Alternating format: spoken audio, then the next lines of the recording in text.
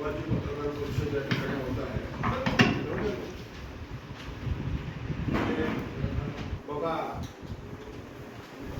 आमचे पक्षाचे शहर जिल्हा अध्यक्ष आदरणीय बबलूभाऊ शेकावत यांच्या अध्यक्षतेखाली आणि राज्याचे प्रवक्ते आदरणीय दिलीपभाऊ येडकर साहेब आणि माजी महापौर दिलीपभाऊ चिकोटे, नजीरबाई महिलांच्या अध्यक्षा माजी महापौर महानगरपालिकेची सार्वत्रिक निवडणूक 1992 पासून सुरू झाली आणि 92 पासून आम्ही महानगरपालिकेच्या मतदार याद्या पाहतोय. पहिल्यांदा एवढं फेरबदल मतदारांचा हा याच वेळेला दिसून आला, म्हणून आम्हाला कुठेतरी शंका यायला लागली.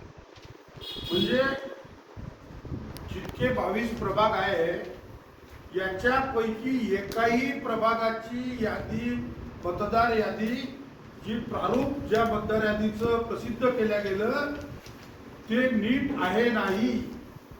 सगळ्याच ठिकाणी किशोर भाऊ हे बदल झालेला आहे. आधी पण मतदार याद्या प्रसिद्ध व्हायच्या, पण 100 मतं, 200 मतं, जास्तीत जास्त 500 मतं इकडच्या प्रभागात किंवा त्या प्रभागात उलटफेर व्हायचे. पण यावेळेला हजारोनं संख्या आहे. अंबापेठ प्रभागाचे 1,500 मतं जवाहरगेट बुधवारा प्रभागात आली, 5-5 हजार मतं सुतगिरणीमध्ये वाढले. म्हणजे प्रशासनाची आणि या सत्तेची चूक अशी आहे की यांनी जेव्हा रचना प्रसिद्ध केल्या प्रभागाच्या, त्या रचनेप्रमाणे मतदार यादी प्रसिद्ध करणं हे सोपं काम होतं.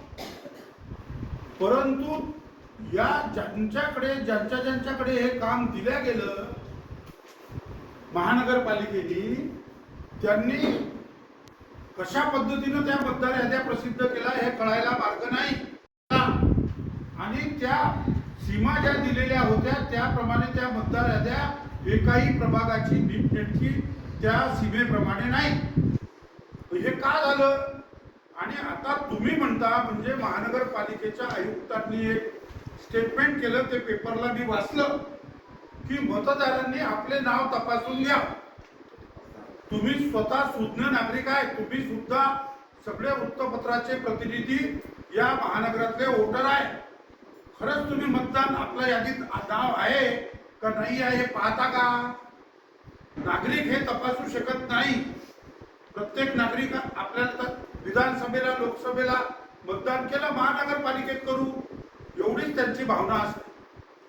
ही सिस्टीम मुळात कशी काय चुकली? म्हणजे मताची फेरबदल करून तुम्हाला निवडणुका घ्यायच्या आहे का? आणि 20 तारखेला तुम्ही मतदार यादी प्रारूप प्रसिद्ध केलं आणि ऑब्जेक्शन घ्यायला सांगितलं आणि अंतिम तारीख 27 आणि सगळ्या गावात आरडाओरडा सुरू आहे. बरं, बोलते कोण आहे?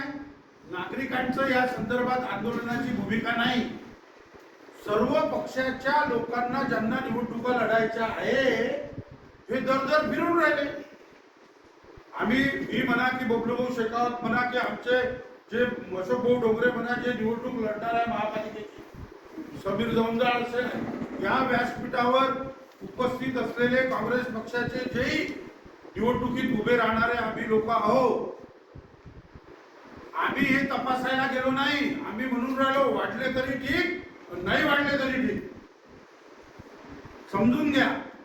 परंतु बाकीचेच लोक आता आरडाओरडा करायला लागले, शिष्टमंडळ घेऊन चालले. इतकी मोठी चूक केली युतीच्या. या आता सत्ता कोणाची आहे? महायुतीची सत्ता आहे. गेल्या अनेक वर्षापासून तुम्ही पाहताय, 4 वर्षापासून निवडणुका झाल्या नाही आणि निवडणुका घेतल्यानंतर आता तारीख जाहीर झाल्यानंतर पुन्हा आज त्याच्या संदर्भातला सुप्रीम कोर्टात निकाल लागणार आहे की 50% आरक्षणाच्या वर जे महापालिका किंवा जिल्हा परिषद गेले असेल त्याच्या संदर्भात याचिका दाखल झालेली आहे. खरंच नागरिक तपासतात काय आपलं मतदान यादीमध्ये नाव आहे का नाही? म्हणून नाही तपासत असं माझं स्पष्ट म्हणणं आहे.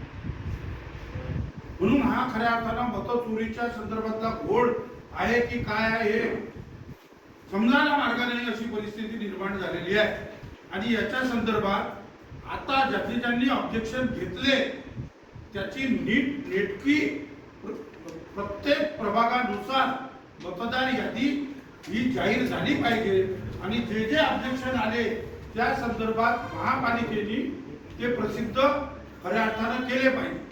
नाही तर तुम्ही ऑब्जेक्शनची तारीख देऊन द्याल, तारीख संपली आणि मग ओरिजिनल मतदार याद्या जेव्हा प्रसिद्ध होईल, पैसे भरून जेव्हा मतदार याद्या घेण्याची वेळ येईल तेव्हा त्याच्यात घोळ नसला पाहिजे.